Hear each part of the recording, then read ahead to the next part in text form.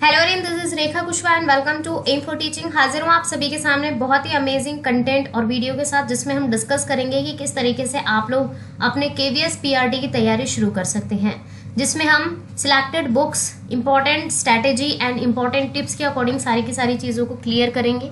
तो लास्ट तक वीडियो ज़रूर देखिए और इस बार आप लोगों को अपनी जी जान लगा देनी है केवीएस पीआरटी को क्रैक करने में।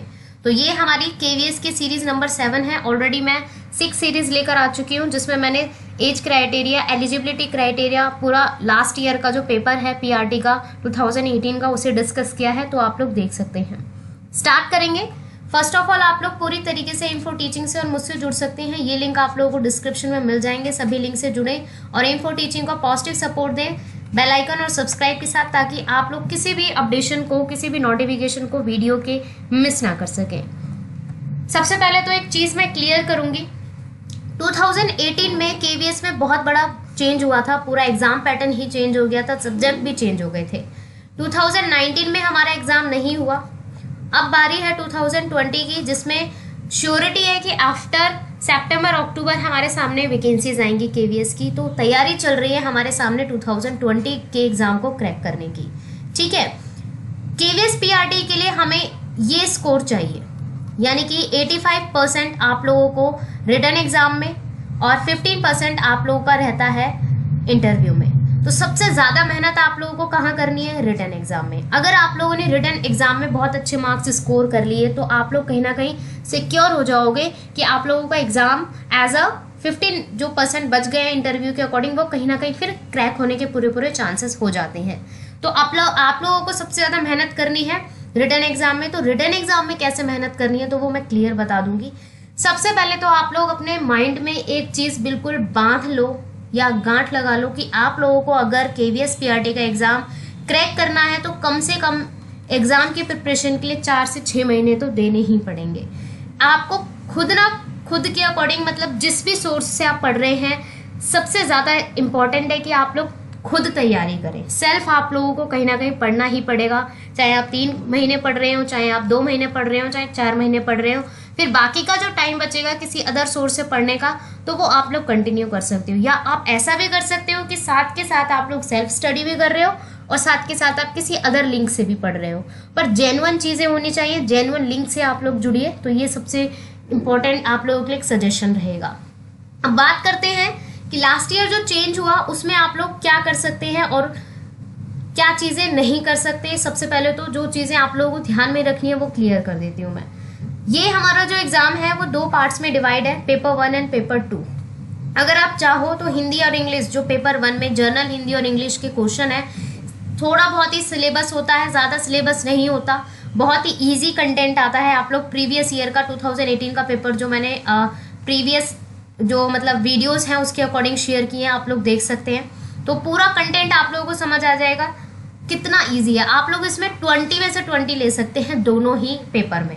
ठीक है, अब बात आ जाती है कि ये जो 5 सब्जेक्ट है, इनके लिए आप लोगों को करना क्या है। जनरल अवेयरनेस आप छोड़ नहीं सकते, रीजनिंग आप छोड़ नहीं सकते, कंप्यूटर लिटरेसी आप छोड़ नहीं सकते।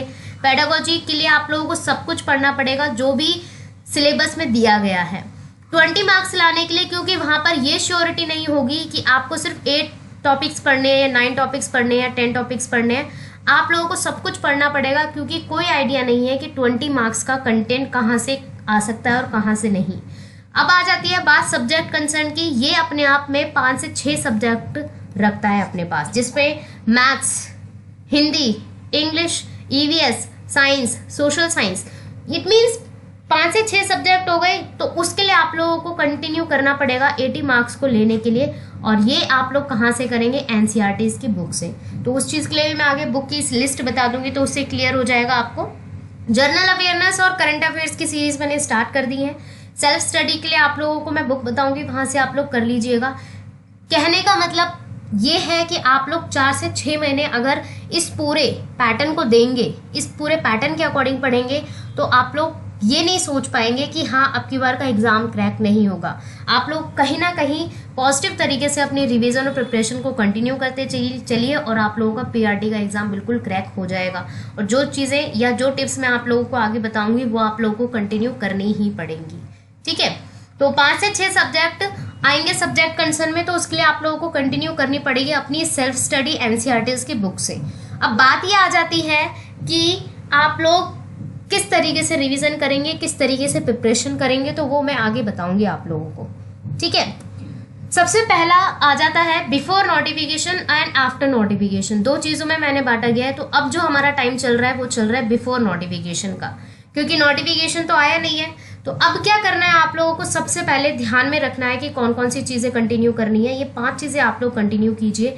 सबसे पहले तो आप लोगों को अपने कंप्लीट सिलेबस की नॉलेज होनी चाहिए कि कौन से सब्जेक्ट में क्या चीज़ें आ रही हैं। ऑलरेडी मैं शेयर कर चुकी हूँ सिलेबस से रिलेटेड वीडियो, आप लोग देख सकते हैं। न्यू सिलेबस है, उसके अंदर सब कुछ न्यू, तो वो वहाँ से आप लोग तैयारी स्टार्ट कीजिए। एक एक टॉपिक को उठाइए डेली और कंटिन्यू करते चलिए अपनी प्रिपरेशन।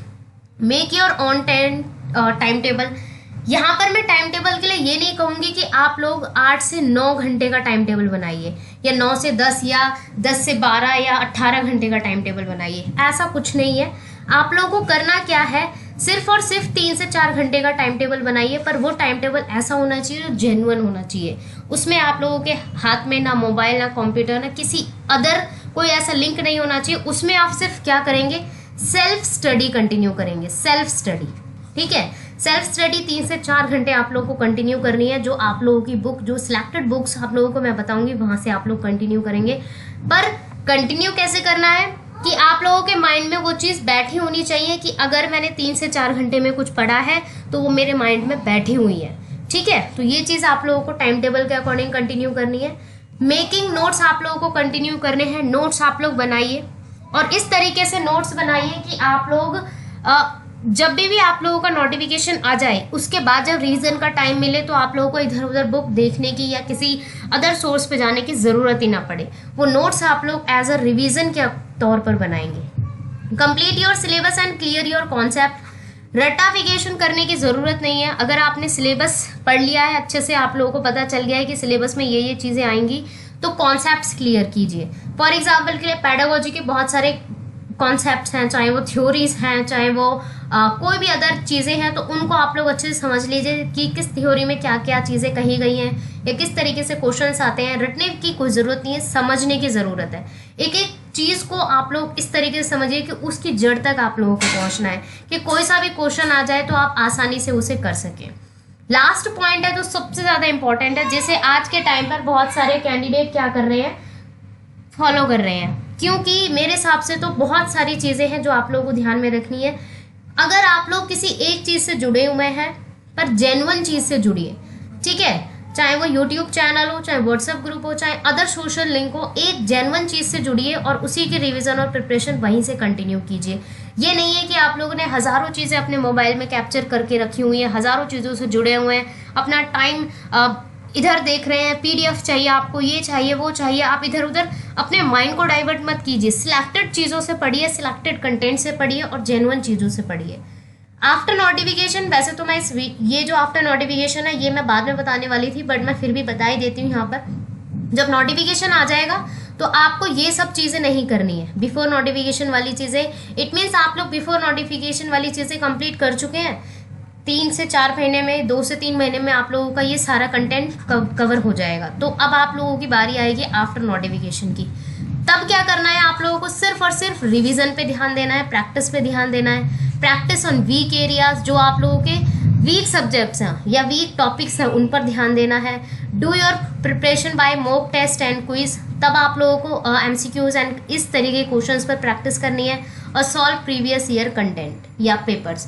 तो ये आप लोगों को आफ्टर नोटिफिकेशन करते हैं। कई कैंडिडेट्स क्या करते हैं कि नोटिफिकेशन आया नहीं है, अभी भी वो एमसीक्यूज या पता नहीं कहीं कहीं क्विज अटेंड कर रहे हैं, कुछ अटेंड कर रहे हैं। तो ये सब आपको नहीं करनी है। जब तक आपको टॉपिक नहीं पता होगा तो आप लोग एमसीक्यूज कैसे फॉलो कर सकते हैं, कैसे ज्वाइन कर सकते हैं। तो पहले आप लोगों को टॉपिक को समझना है, फिर जाके आप लोग अपने क्विज एंड मॉक टेस्ट की प्रिपरेशन कर सकते हैं। तो ये आप लोगों को इंपॉर्टेंट चीज़ें ध्यान में रखनी है। जब आप इन दोनों को अच्छे से कर लोगे तब जाके आप लोगों की जो फाइनल प्रिपरेशन है बहुत अच्छी सी हो जाएगी।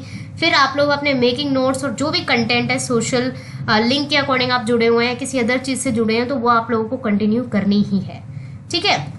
अब चलते हैं बुक्स के लिए। जर्नल इंग्लिश और हिंदी का ऐसा कोई ज़्यादा इशू नहीं है। आप लोग नॉलेज जो जिसे हम बोल सकते हैं कि बेसिक नॉलेज के क्वेश्चन ही आते हैं, बट फिर भी एक हिंट के लिए मैंने जर्नल इंग्लिश के लिए नीतू सिंह की बुक प्रेफर किया आपको। जर्नल हिंदी के लिए ल्यूसेंट और आदित्य पब्लिकेशन की बुक आती है, वो भी आप लोग ले सकते हैं। जीके और करंट अफेयर्स के लिए कोई भी ऐसा पर्टिकुलर यूट्यूब चैनल जो आपको ऐसा लगता है कि हाँ यहाँ से जीके अच्छा पढ़ाया जाता है, करंट अफेयर्स अच्छा पढ़ाया जाता है, तो वहाँ से आप लोग कंटिन्यू कर सकते हैं। इसके लिए कोई ऐसी बुक लेने की ज़रूरत नहीं है। कंटिन्यू कर दिए हैं मैंने भी journal awareness and current affairs की सीरीज़, तो वहाँ से भी आप लोग कंटिन्यू कर सकते हैं। रीजनिंग के लिए अरिहंत की बुक बेस्ट है। कंप्यूटर लिटरेसी के लिए ल्यूसेंट की बुक बहुत बेस्ट है। पैडागोजी के लिए यूथ कंपटीशन बट एमसीक्यूज़ के लिए एमसीक्यू बेस्ड कंटेंट होता है इसमें, तो आप लोग कंटिन्यू कर सकते हैं यूथ कंपटीशन की बुक। और वैसे तो मैं टेट और केवीएस की प्लेलिस्ट है, वहाँ से आप लोगों को कंटेंट मिल जाएगा। टॉपिक्स भी मैंने बहुत सारे समझाए हैं एमसीक्यू बेस्ड क्वेश्चंस के साथ। सब्जेक्ट कंसर्न है उसमें कम से कम 5 से 6 सब्जेक्ट आएंगे, तो आप लोग कंटिन्यू कीजिए 5th 6th 7th 8th की एनसीईआरटी की बुक, तो वहाँ से आप लोग अपनी रिवीजन और प्रिपरेशन कंटिन्यू कर सकते हैं। अब आ जाता है प्रैक्टिस सेट। जब आप लोगों का सिलेबस कंप्लीट हो जाएगा तो प्रैक्टिस सेट आप लोगों को फॉलो करना है अरिहंत का या आर गुप्ता का, दोनों में से किसी एक का प्रैक्टिस सेट ले लीजिए, तो वो आप लोगों के लिए हेल्पफुल रहेगा सेल्फ स्टडी के लिए, अपनी प्रिपरेशन को बेस्ट बनाने के लिए। तो ये सारी की सारी चीज़ें आप लोगों को बुक्स एंड अदर चीज़ों के अकॉर्डिंग याद रखनी है। होप्स हो आप लोगों को सब कुछ समझ आ गया है। फिर भी अगर आप लोगों को कोई और डाउट है तो कमेंट सेक्शन में आप लोग पूछ सकते हैं, किसी भी लिंक से जुड़कर आप लोग पूछ सकते हैं। So keep learning, thanks for watching, और सभी लिंक से जुड़िए इसी तरीके से, सब्सक्राइब जरूर कर दें बेल आइकन के साथ, ताकि कोई भी वीडियो का नोटिफिकेशन आप लोग मिस ना कर सके। So keep learning, do your preparation best, follow and like and share जरूर कर दें हर कैंडिडेट तक। बहुत इंपॉर्टेंट वीडियो था, ये टॉपिक था जो सबके लिए इंपॉर्टेंट है जो केवीएस की तैयारी कर रहे हैं। So thank you and keep watching.